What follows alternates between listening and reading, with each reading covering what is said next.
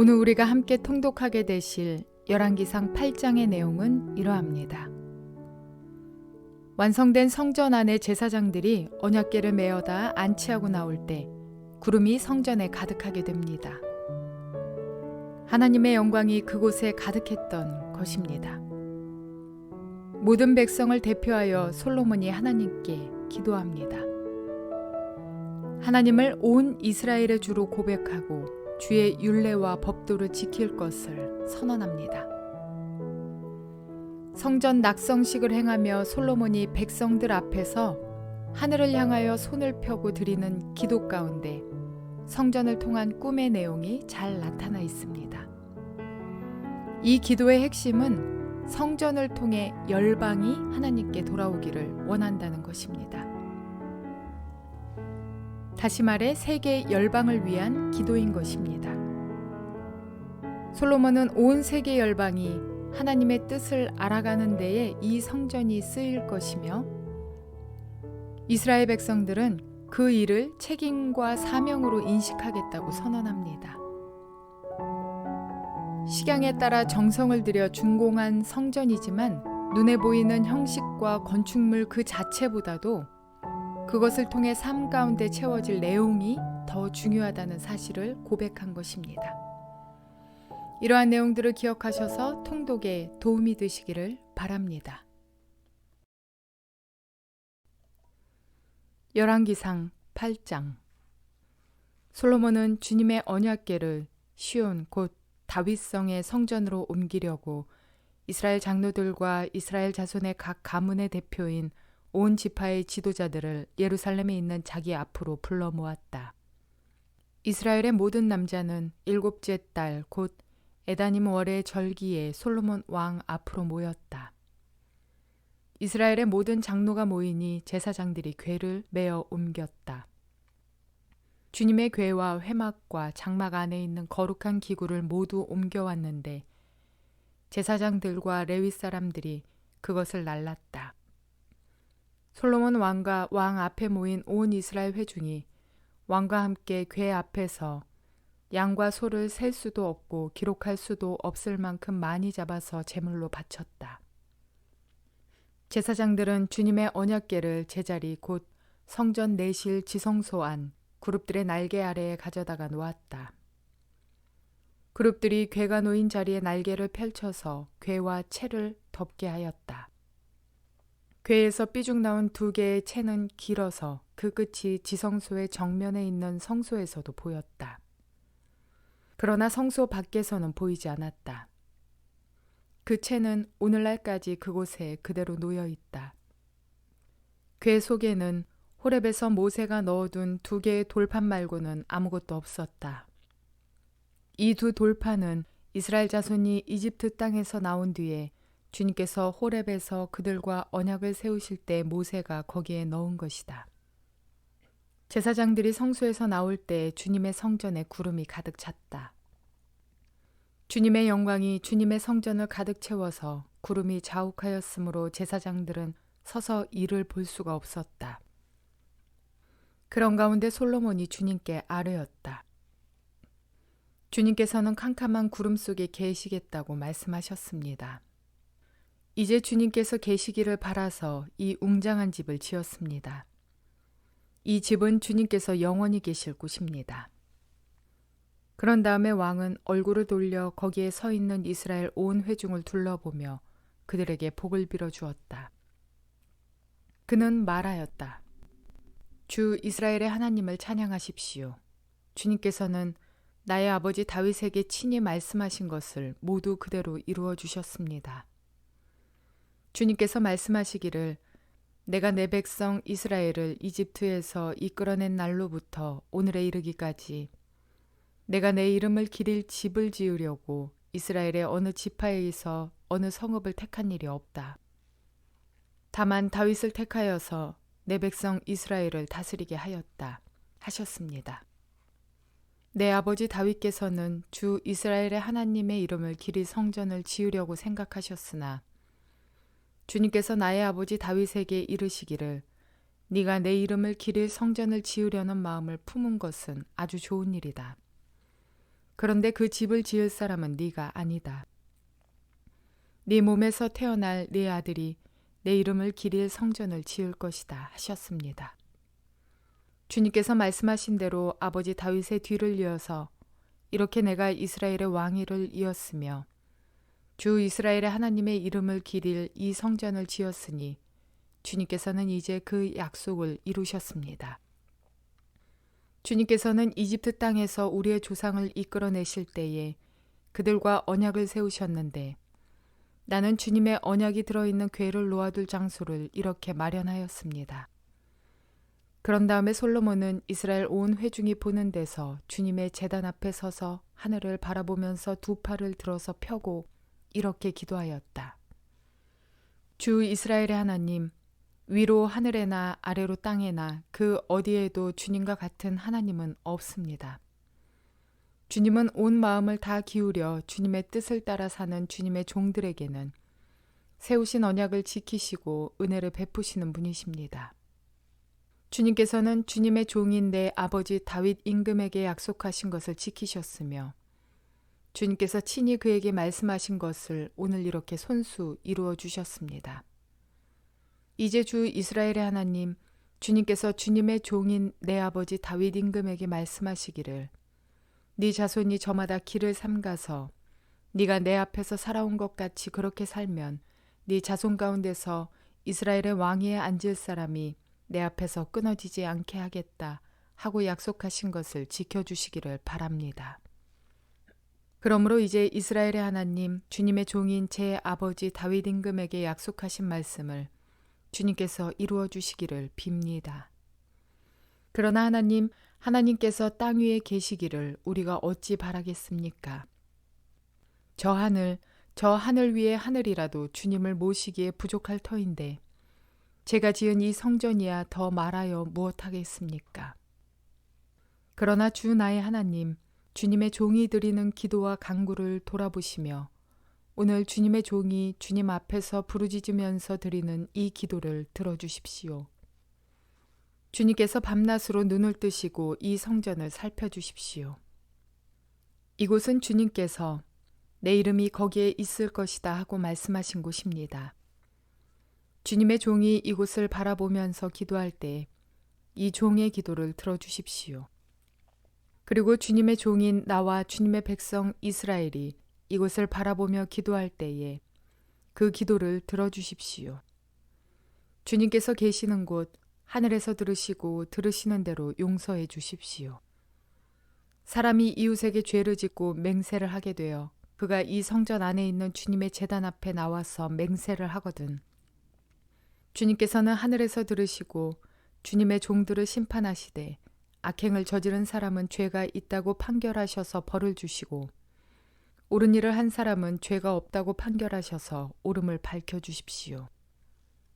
주님의 백성 이스라엘이 주님께 죄를 지어 적에게 패배하였다가도 그들이 뉘우치고 주님께로 돌아와서 주님의 이름을 인정하고 이 성전에서 주님께 빌며 간구하거든 주님께서는 하늘에서 들으시고 주님의 백성 이스라엘의 죄를 용서해 주십시오.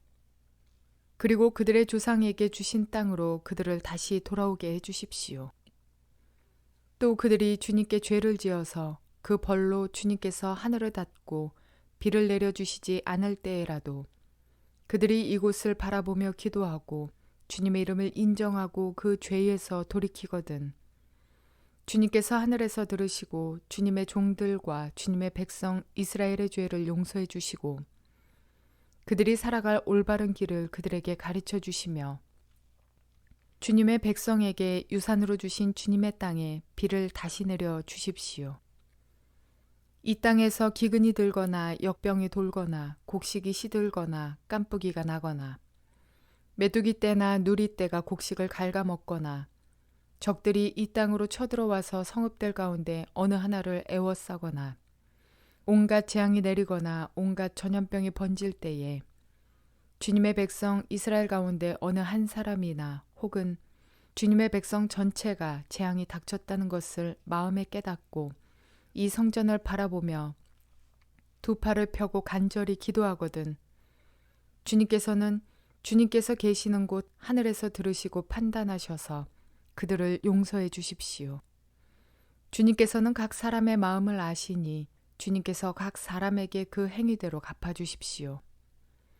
주님만이 모든 사람의 마음을 아십니다.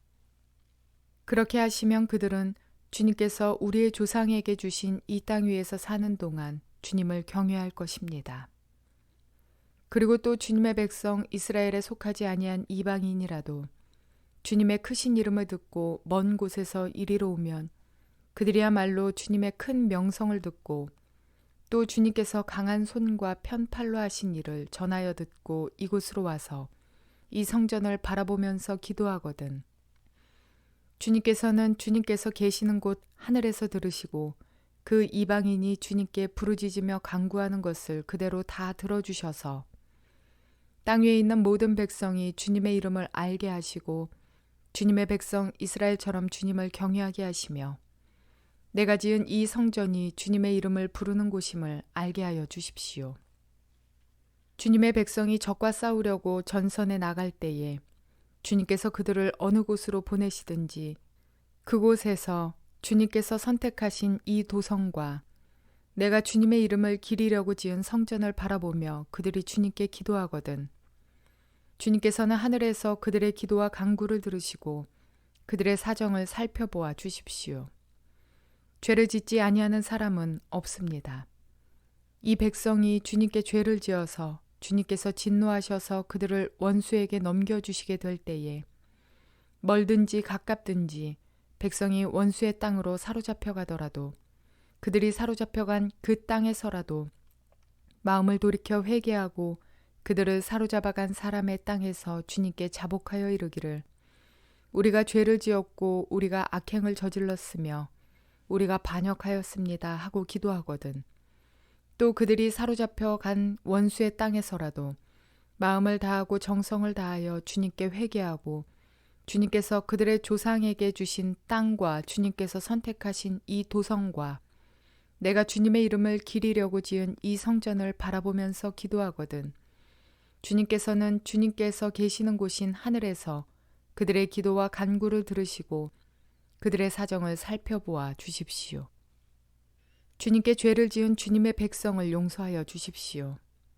주님을 거역하여 저지른 모든 반역죄까지도 용서하여 주십시오. 그들을 사로잡아간 사람들 앞에서도 불쌍히 여김을 받게 하셔서 사로잡아간 사람들도 그들을 불쌍히 여기게 하여 주십시오. 그들은 주님께서 쇠 용광로와 같은 이집트로부터 이끌어내신 주님의 백성이며 주님의 소유입니다. 종의 간구와 주님의 백성 이스라엘의 간구를 살펴보시고 부르짖을 때마다 응답해 주십시오. 주 하나님, 주님께서 우리 조상을 이집트로부터 이끌어내실 때에 주님의 종 모세를 시켜서 말씀하신 것과 같이 주님께서는 그들을 주님의 소유가 되도록 세상의 모든 백성과 구별하셨습니다. 솔로몬이 무릎을 꿇고서 하늘을 바라보며 두 손을 펴고 이렇게 간절히 기도를 드린 다음 주님의 제단 앞에서 일어나서 이스라엘의 온 회중을 바라보며 큰 소리로 축복하여 주었다. 주님께서 말씀하신 대로 그의 백성 이스라엘에게 안식을 주셨으며 그의 종 모세를 시켜서 하신 선한 말씀을 한마디도 빠뜨리지 아니하시고 다 이루어 주셨으니 주님은 찬양을 받으실 분이십니다. 주 우리의 하나님께서 우리의 조상과 함께 계시던 것과 같이 우리와도 함께 계시기를 바랍니다. 주님께서 우리를 버리지도 마시고 포기하지도 마시기를 바랍니다. 우리의 마음을 주님께 기울이게 하셔서 주님께서 지시하신 그 길을 걷게 하시며 주님께서 우리 조상에게 내리신 계명과 법도와 율례를 지키게 하여 주시기를 바랍니다. 오늘 주님 앞에 드린 이 간구와 기도를 주 우리의 하나님께서 낮이나 밤이나 늘 기억해 주시기를 바랍니다. 하나님께서 주님의 종과 주님의 백성 이스라엘에게 날마다 그 형편에 맞게 자비를 베풀어 주시기를 바랍니다. 그렇게 해서 세상의 모든 백성이 주님만이 하나님이시고 다른 신은 없다는 것을 알게 되기를 바랍니다. 그러므로 그의 백성인 여러분도 주 우리의 하나님과 한 마음이 되어서 오늘과 같이 주님의 법도대로 걸으며 주님의 계명을 지키기를 바랍니다. 이렇게 한 다음에 왕 및 왕과 함께 있는 모든 이스라엘 사람이 주님 앞에 제사를 드렸다. 솔로몬은 화목제를 드렸는데 그가 주님의 제사에 드린 것은 소가 22,000마리이고 양이 12만 마리였다. 이와 같이 해서 왕과 이스라엘의 모든 백성이 주님의 성전을 봉헌하였다. 그리고 바로 그날 왕은 주님 앞에 있는 놋제단이 번제물과 곡식제물과 화목제물의 기름기를 담기에는 너무 작았으므로 주님의 성전 앞들 한가운데를 거룩하게 구별하고 거기에서 번제물과 곡식 예물과 화목제의 기름기를 드렸다. 그때 솔로몬이 이렇게 절기를 지켰는데 하맛 어귀에서부터 이집트 접경에 흐르는 강에 이르는 넓은 지역에 사는 큰 회중인 온 이스라엘이 그와 함께 주 우리의 하나님 앞에서 이레 동안을 2번씩 열 나흘 동안 절기를 지켰다. 둘째 이레가 끝나고 여드레째 되는 날에 그가 백성을 돌려보내니 그들은 왕에게 복을 빌고 주님께서 그의 종 다윗과 그 백성 이스라엘에게 베푸신 온갖 은혜 때문에 진심으로 기뻐하며 흐뭇한 마음으로 각자 자기의 집으로 돌아갔다. 제물로 바쳐진 짐승의 수가 14만 마리라고 할 때 그곳에 모인 사람들의 수와 그 봉헌식이 얼마나 컸는지를 짐작할 수 있습니다. 솔로몬의 시대에는 평화와 부귀가 넘치는 시대였습니다. 불과 100년 전 이웃 나라들의 침략으로 압제당하고 가난하던 그들의 삶과 비교해 본다면 매우 대조적입니다. 사사시대가 사람 중심적 삶을 살았더라면 다윗 이후 하나님 중심적 삶을 사는 사람들의 복이 얼마나 큰 차이를 가져왔는지 알 수 있습니다. 특별히 오늘 봉헌식을 통한 솔로몬의 기도가 아주 특별합니다. 성전을 통해 열방, 즉 모든 민족이 주님께로 돌아오기를 소망하며 하나님을 잘 섬기는 믿음의 민족이 얼마나 영화로운 복을 누리는지를 보여주는 복의 통로가 되기를 기도하고 있습니다. 오늘날 교회의 사명이 무엇인지를 명확히 말해주는 듯합니다. 우리 교회, 우리끼리, 끼리끼리 즐거움을 나누고 우리만 행복하면 되는 교회와는 조금 다릅니다. 우리 교회 간판이 잘 보이게 남의 교회 간판을 가려두고 우리 교회는 크기가 얼마나인데 당신네 교회는 몇 명이나 모입니까? 이러한 경쟁을 위한 교회와는 매우 다릅니다. 부유하진 않아도 이웃과 나눌 줄 알며 손해가 되어도 양보하며 아프고 슬픈 사람과 함께 슬퍼하고 위로할 때 교회 다니는 사람들은 달라도 참 다르다는 말을 들을 때 그때 우리가 하나님의 영광을 드러내고 당신 따라서 나도 교회 한번 가봅시다 라는 말을 듣는다면 더할 나위 없이 귀한 복의 통로가 되는 것입니다. 이러한 교회를 이루어 가시는 저와 여러분 모두가 되시기를 주님의 이름으로 축원을 드립니다.